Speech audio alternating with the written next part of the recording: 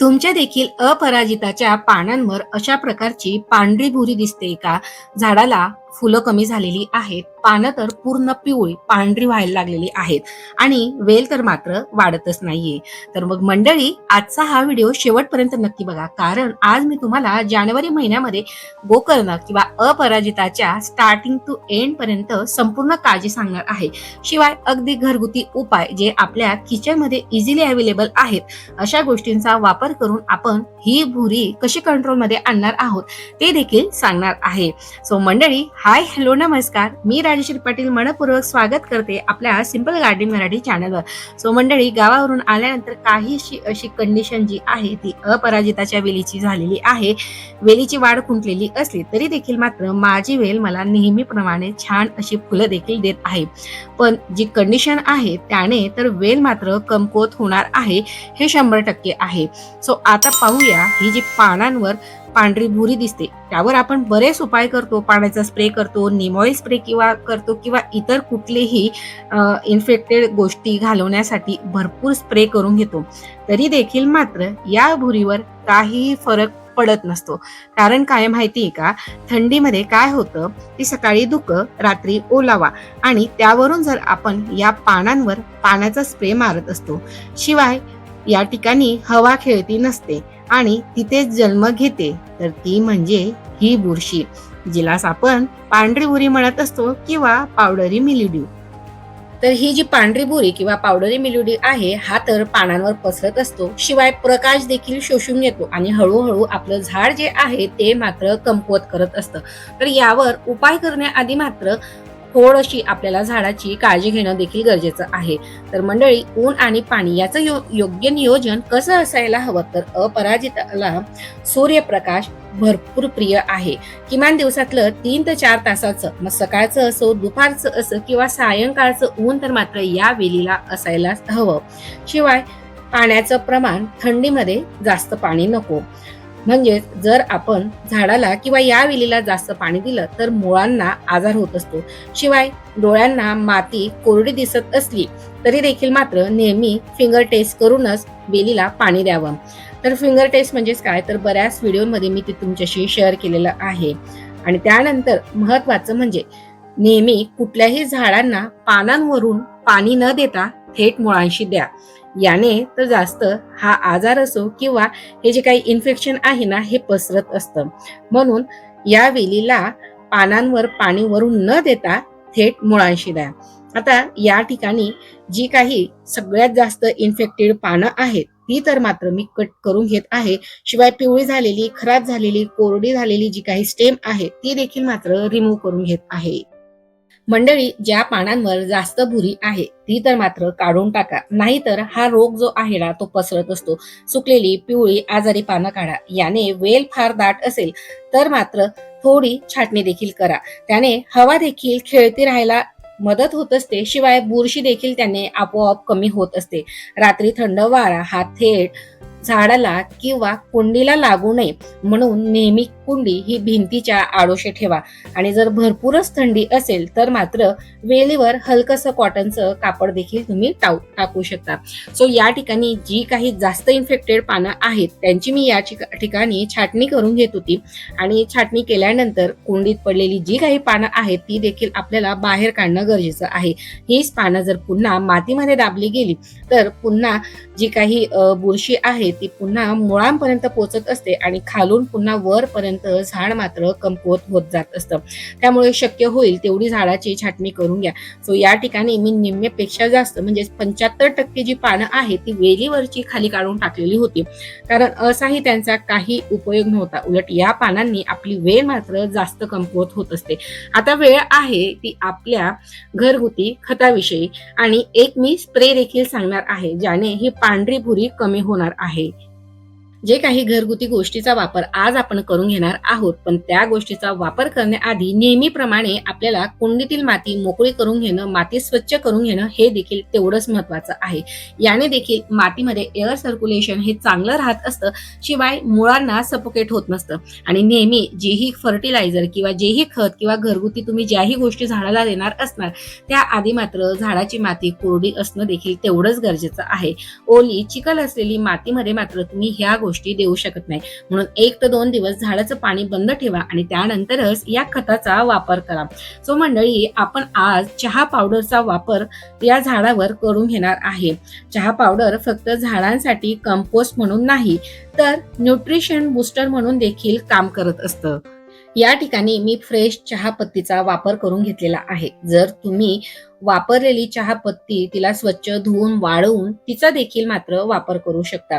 So मंडळी, मी एका झाडासाठी 1 चमचा चहा पावडर एवढं प्रमाण घेतलेलं आहे.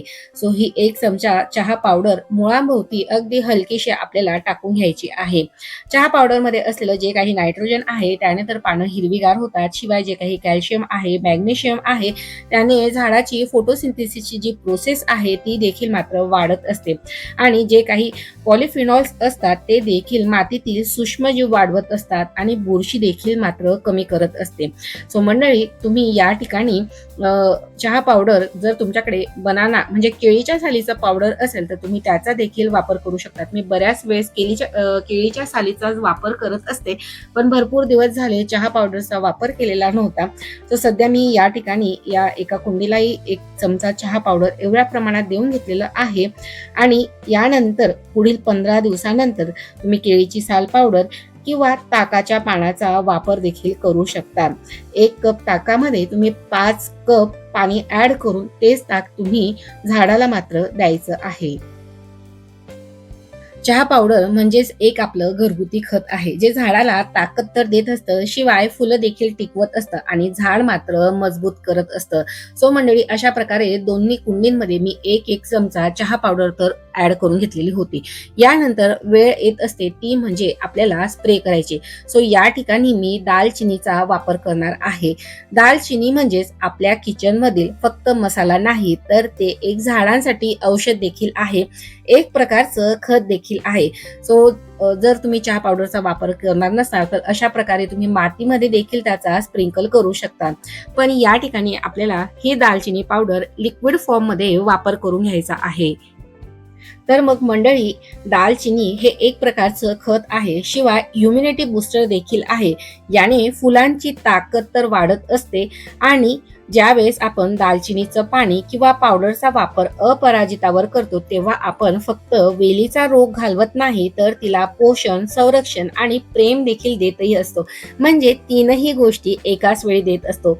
दालचिनीमध्ये असलेले कॅल्शियम मुळांना घट्ट पकड देत असतात, खोड मजबूत करतात, शिवाय झाडाला उभं राहायची ताकद देखील देत असतात. शिवाय दालचिनीमध्ये असलेलं आयर्न आणि मॅग्नेशियम पानातला हिरवटपणा देखील वाढवत असतो, शिवाय फोटोसिंथेसिस देखील वाढवत असतं. झाडाला स्वतःचं अन्न तयार करायला मदत देखील करत असतो. आणि सर्वात खास म्हणजे जे काही पोटॅशियम आहे, ज्याने फुलांचा रंग डार्क करत असतं आणि फुलं गळणं देखील मात्र थांबवत असतं. पण गोष्ट इथंच संपत नाही, तर दालचिनीमध्ये असलेलं नॅचरल अँटी फंगल शक्ती, जी की बुरशी असो, जंतू असो किंवा कूज असो, सगळ्यांवर वार करत असते. जणू झाडांसाठी एक अदृश्य असं हे कवचच आहे. सो मंडळी, याचा वापर कसा करावा ते पाहूया. तर मी 1 ग्लास या ठिकाणी पाणी घेतलेलं होतं, त्यामध्ये अर्धा चमचा दालचिनी पावडर टाकून घेतलेली होती आणि ती पावडर मी रात्रीच तयार करून ठेवलेली होती. सो तुम्ही या ठिकाणी दालचिनी पावडरचा जो काही कलर आहे तो या पाण्याला आलेला आहे. सकाळी जर तुम्ही अशा प्रकारचं पाण्यामध्ये दालचिनी पावडर म्हणजे 1 ग्लासात अर्धा चमचा दालचिनी पावडर टाकून व्यवस्थित ढवळून त्याला झाकून ठेवा आणि संध्याकाळी मात्र याची फवारणी आपल्याला झाडावर करून घ्यायची आहे.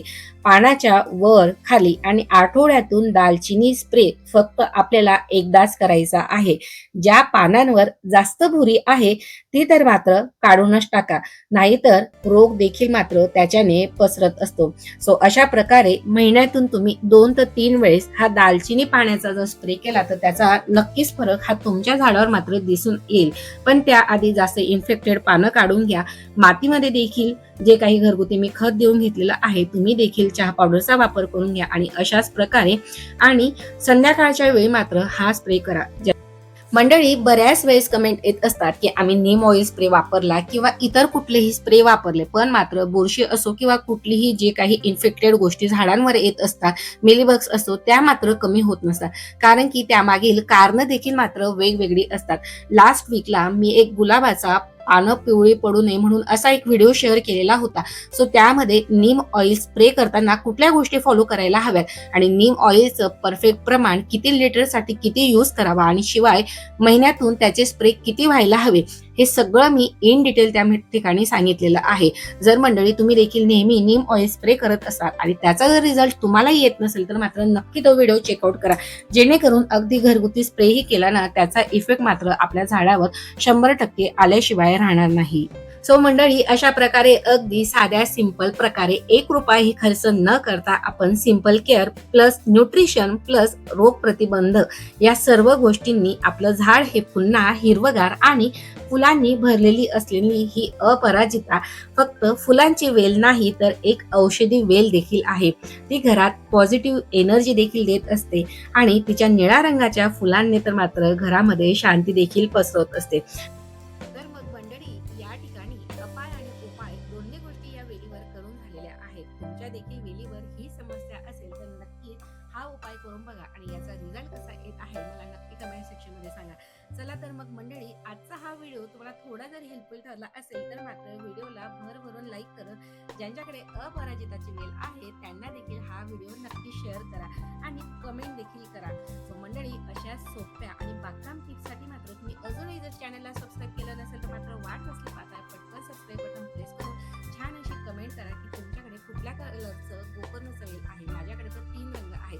भेटूया पुन्हा एका नवीन आणि माहितीपूर्ण व्हिडिओमध्ये. तोपर्यंत मात्र तुमची आणि तुमच्या झाडांची देखील काळजी घ्या. So take care and bye friend. Happy gardening.